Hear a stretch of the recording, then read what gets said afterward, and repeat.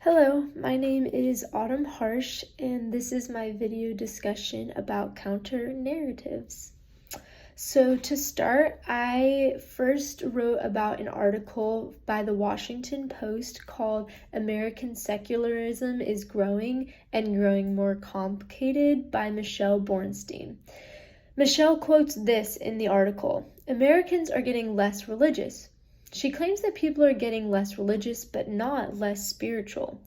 What she was saying was that Americans are doing fewer traditionally religious things, such as belonging to a denomination, attending church services or worship services, or feeling certain that God even exists.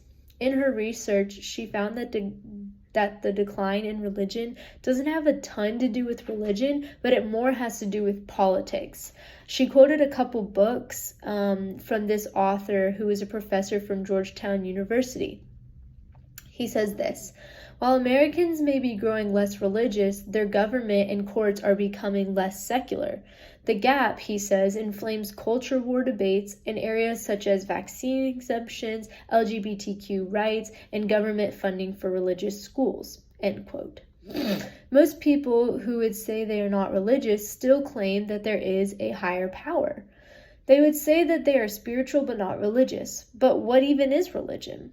According to Mark Stibich, religion is a set of organized beliefs, practices, and systems that most often relate to the belief and worship of a controlling force, such as a personal God or another supernatural being.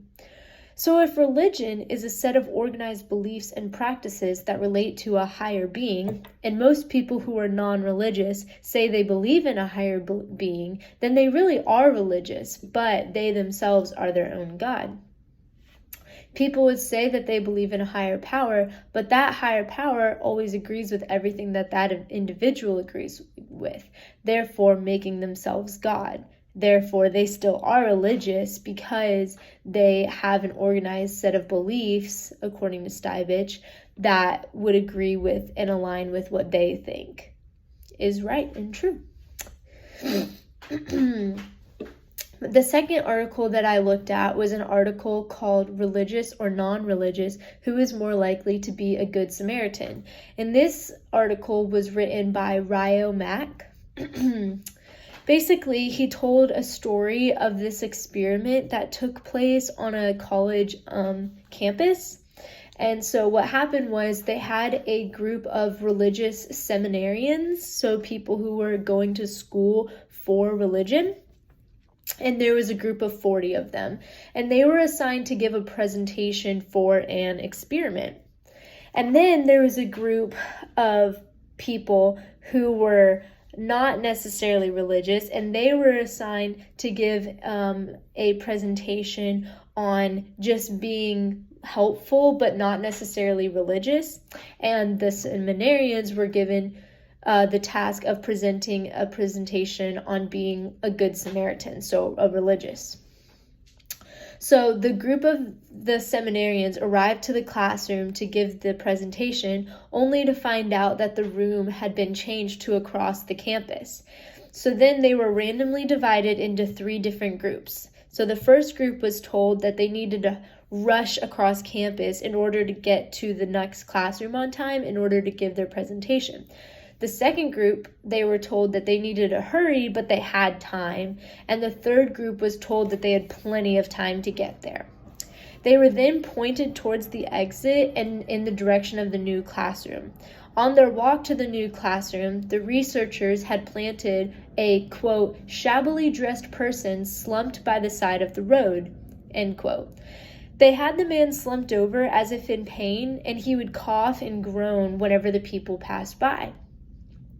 The researchers saw that only 10% of those who were in a hurry actually stopped. 45% of the ones who were in a hurry but had time stopped, and 63% of the people who were not in a hurry stopped.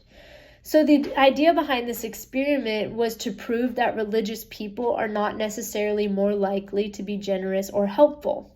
The ending of this article said that based on this experiment that, quote, most people pursue spirituality as a hobby, and hobbies are what we pursue when we have free, expendable time on our hands. But when we have stuff to do, we tend to place our hobbies to the side, end quote.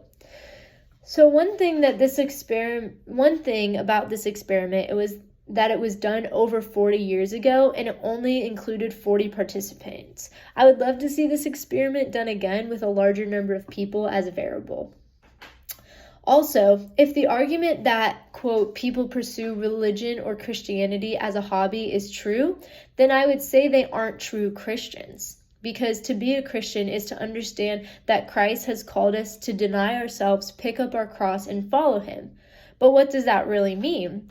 Well, denying ourselves would mean that we are putting our needs, desires, and wants aside for something greater. And what does it mean to pick up our cross? Well, it means that we would do hard things. We do things that are not convenient, and we are willing to sacrifice for our faith. And what does it mean to follow Christ? We try to emulate our lives with Christ's life. We try to do what he did. And what did Jesus do? He over and over again made intentional effort to help the poor, the afflicted, and the needy. Jesus came to the earth to serve, not to be served. Matthew 20:28. So is it true that religious people or Christians or people who practice religion are less helpful? Statistics say no.